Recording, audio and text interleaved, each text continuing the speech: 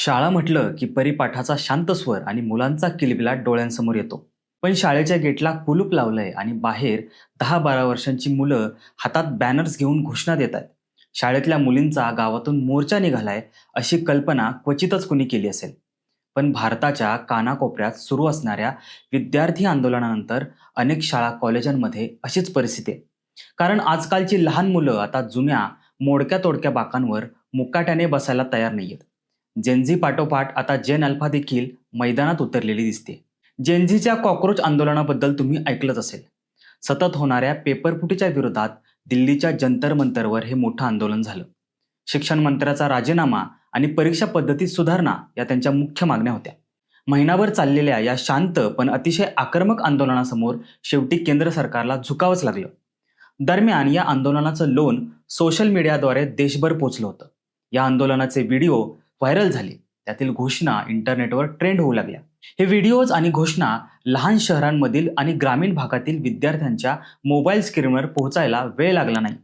त्यातूनच जेनझीच्या या लहान भावंडांना हक्कांसाठी आवाज उठवण्याची प्रेरणा मिळालेली दिसते. पिण्याचं पाणी, स्वच्छतागृह, चांगले शिक्षक आणि इंटरनेट अशा अगदी साध्या मूलभूत सुविधाही नसणाऱ्या या ढिसाळ शिक्षण व्यवस्थेला ही लहान मुलं आता थेट जाब विचारू लागली आहेत. उत्तर प्रदेशच्या किशनपूरमध्ये सर्वोदय इंटर कॉलेज नावाची एक शाळा आहे. या शाळेत 6वी ते 12वीचे जवळपास 1,500 विद्यार्थी शिकतात. तिथल्या विद्यार्थ्यांनी उन्हात सलग 6 तास ठिय्या मांडला. कारण काय?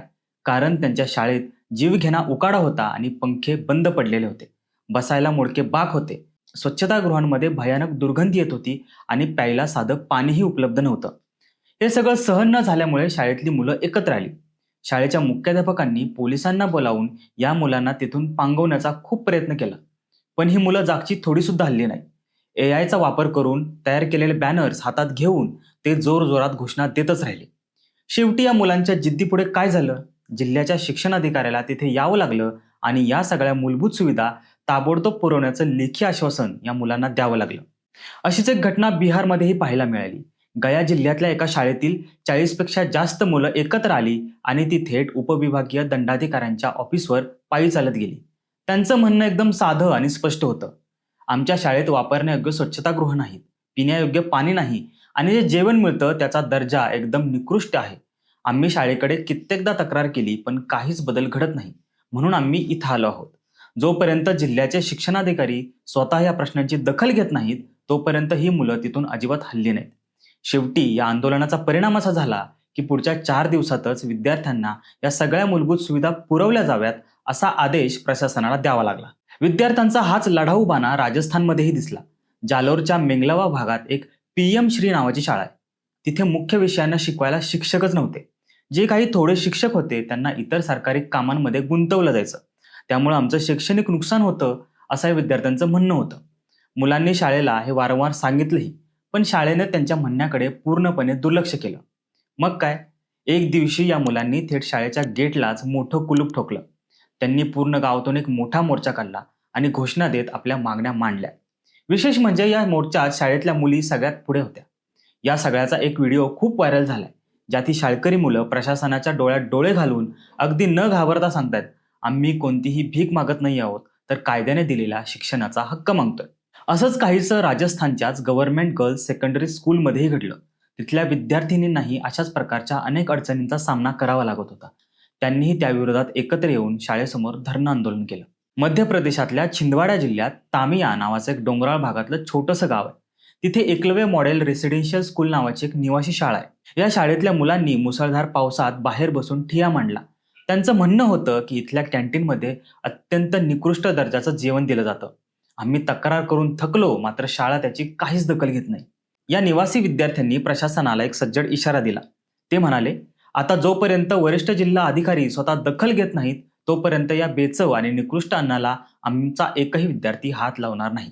हे सगळं फक्त इतर राज्यांमध्ये होतंय असं नाही. महाराष्ट्र हे शिक्षणाच्या बाबतीत खूप पुढारलेलं राज्य मानलं जातं.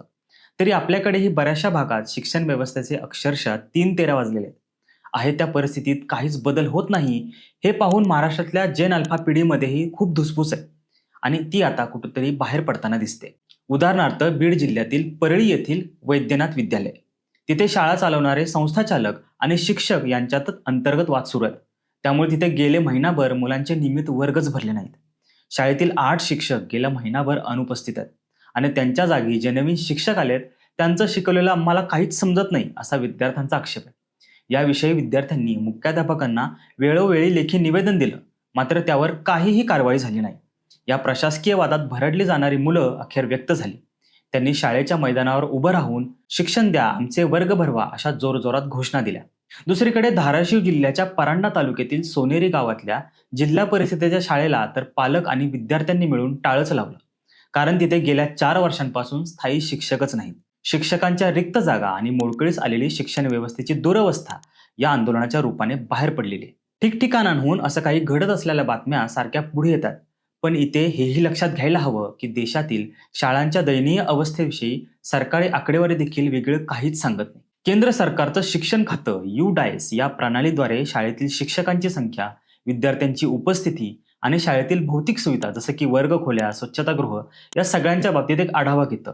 या अहवालानुसार देशातील 98,000 पेक्षा जास्त शाळांमध्ये मुलींसाठी स्वच्छतागृहाची सोयच नाहीये, तर 61,000 पेक्षा जास्त शाळांमध्ये स्वच्छतागृह इतकी खराब आहेत की ती वापरण्यायोग्यच नाहीये. देशातील जवळपास 1,19,000 शाळांमध्ये वीज उपलब्ध नाहीये, म्हणजे या शाळेत ट्यूबलाईट, पंखा किंवा इतर इलेक्ट्रिक उपकरणं उपलब्ध असतील तरी ती वापरता येत नाहीत. 14,000 पेक्षा जास्त शाळांमध्ये पिण्यायोग्य पाणी उपलब्ध नाहीये, तर जवळपास 60,000 शाळांमध्ये स्वच्छ पाण्याने हात धुण्याची साधी सोयही उपलब्ध नाहीये. देशभरात सगळीकडे इंटरनेट जाळं विस्तारलेलं असलं तरी 1/3 शाळांमध्ये अद्यापही इंटरनेट कनेक्टिव्हिटी नाही. देशातील 50% माध्यमिक सरकारी शाळांमध्ये अजूनही विज्ञानाचे प्रयोग करण्यासाठी विज्ञान प्रयोगशाळा नाहीत.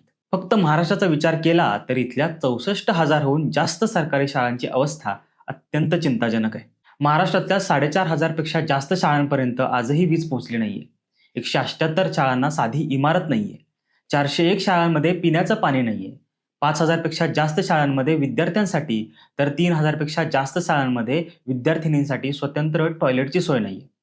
10,000 पेक्षा जास्त शाळांना मुलांना खेळायला मैदानच नाहीये आणि 8,000 पेक्षा जास्त शाळांमध्ये जेवण बनवण्यासाठी किचन शेड नाहीये. ही सगळी आकडेवारी पाहता ही शाळकरी आंदोलनं का झाली याचा अंदाज येऊ शकतो. देशभरात घडलेल्या या सर्व घटना पाहता एक गोष्ट अगदी स्पष्ट होते की मोडके बाक, रिकामे वर्ग आणि पायाभूत सुविधांचा अभाव ही परिस्थिती आता आपण अजिबात चालवून घेता कामा नये याची या लहानग्यांनाही पूर्ण जाणीव होते. जेव्हा कॉक्रोच जनता पार्टीचं आंदोलन झालं होतं तेव्हा काही लोकांनी असा प्रश्न उपस्थित केला होता की यातून काय साध्य झालं. ढिसाळ व्यवस्थेविरोधात सुरू झालेला हा लढा फक्त एका मंत्र्याच्या राजीनाम्याने थंड पडणार असंही अनुमान अनेकांनी नोंदवलं होतं. पण महाविद्यालयीन विद्यार्थ्यांनी सुरू केलेल्या या उपहासात्मक डिजिटल चळवळीने आता त्यांच्या पुढच्या पिढीलाही जागा केलंय असं स्पष्ट दिसतंय. जेन अल्फा आता थेट म्हणते, अब हमारी बारी. तुम्हाला या जेन अल्फाच्या आंदोलनाविषयी काय वाटतं कमेंट करून नक्की कळवा आणि हा व्हिडिओ आवडला असल्यास नक्की लाईक करा, शेअर करा आणि सबस्क्राईब करायला विसरू नका. धन्यवाद.